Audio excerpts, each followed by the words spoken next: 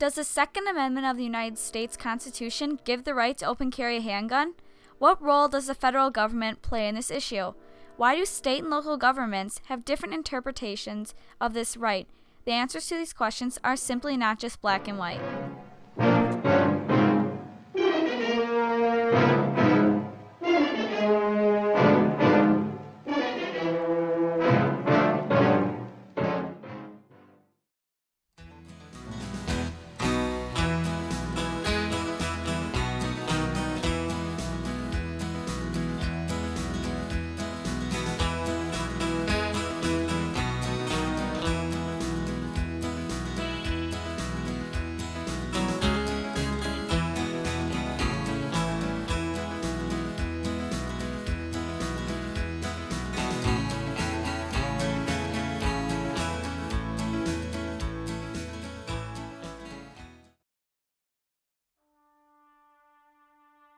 We're done. You think the language in the Second Amendment is clear enough? You know, about the right to bear arms? Of course it's clear. Every American has the right to hang a pair of bear arms on their wall. How could that possibly be misconstrued? All right, fantastic then.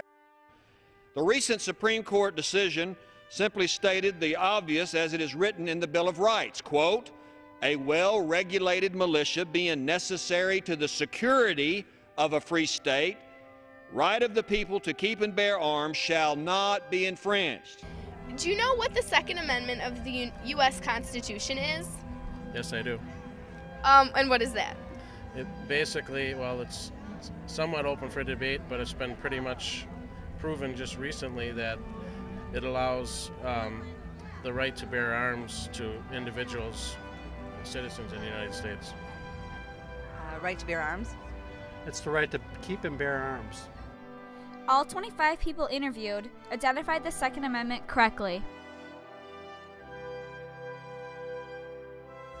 You know, when the authorities can't protect you, they've got no business and no authority trying to deny you the right to protect yourself. Do you feel safer wearing a handgun? Why or why not? Yes, I do, because being a woman, I'm automatically the weaker target than any other man would be. So I feel that with a handgun here, I would be able to defend myself a lot easier. Depends on the type of crime, I suppose, but if you're talking about a robbery, abuse person, obviously I think that an offender, somebody that's going to rob you, sees the gun and sees that your arm, would not bother trying to rob you. My research, even in the new third edition of More Guns, Less Crime and the bias against guns, as you mentioned, shows that these gun-free zones are actually magnets for criminals' attack.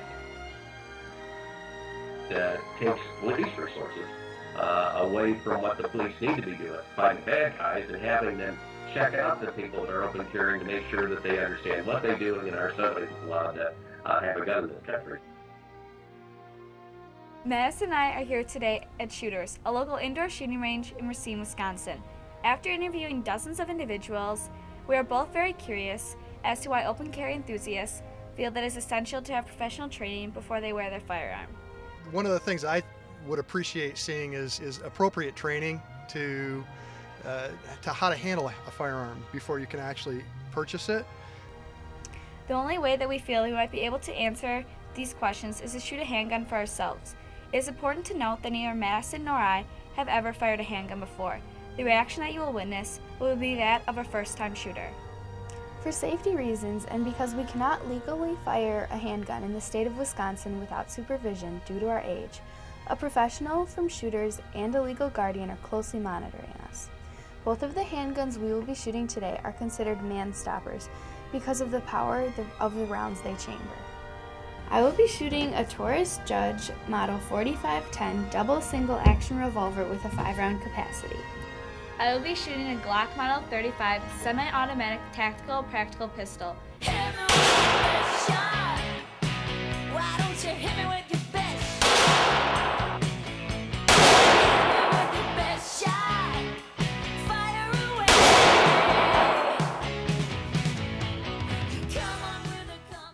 Do you ever want to shoot again? Because I don't. I don't know, maybe. It's scary though. Would you feel safer carrying a gun like this? I wouldn't, because I don't feel like I can control it well. I can definitely see why training is so important to anyone carrying a gun, just because you can feel the power you have. Just give me my gun. Sorry, the law requires a 5-day waiting period. We've got to run a background check. 5 days? But I'm mad now. There is a federal alcohol, tobacco, and firearms ATF form 4473 that has to be filled out for the purchase of a long gun. It also has to be filled out for the purchase of a handgun. The state has laid on a requirement in addition to the federal form 4473 to fill out their state form for the purchase of a handgun.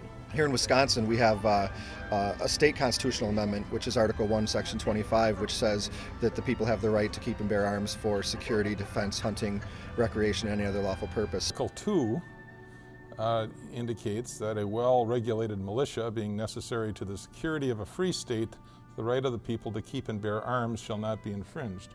Now, interestingly enough, Wisconsin also has a right to keep and bear arms, and that's in Section 25, Article 1 of the Wisconsin Constitution, and that reads, the people have the right to keep and bear arms for security, defense, hunting, recreation, or any other lawful purpose.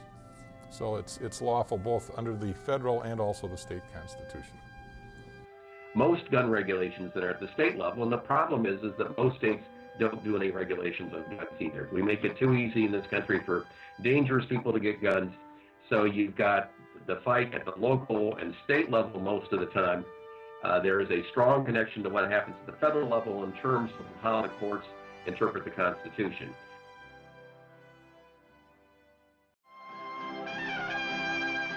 For open carry advocates in Wisconsin, there seems to be a showdown emerging between the federal government, a citizen's individual rights, and state and local laws and regulations. Presently, each of these factions are standing their ground and carefully observing what moves others will make. Will the federal government, through the recent Supreme Court ruling, continue to support the right to bear arms as a constitutional right? Will certain expectations be added to this ruling?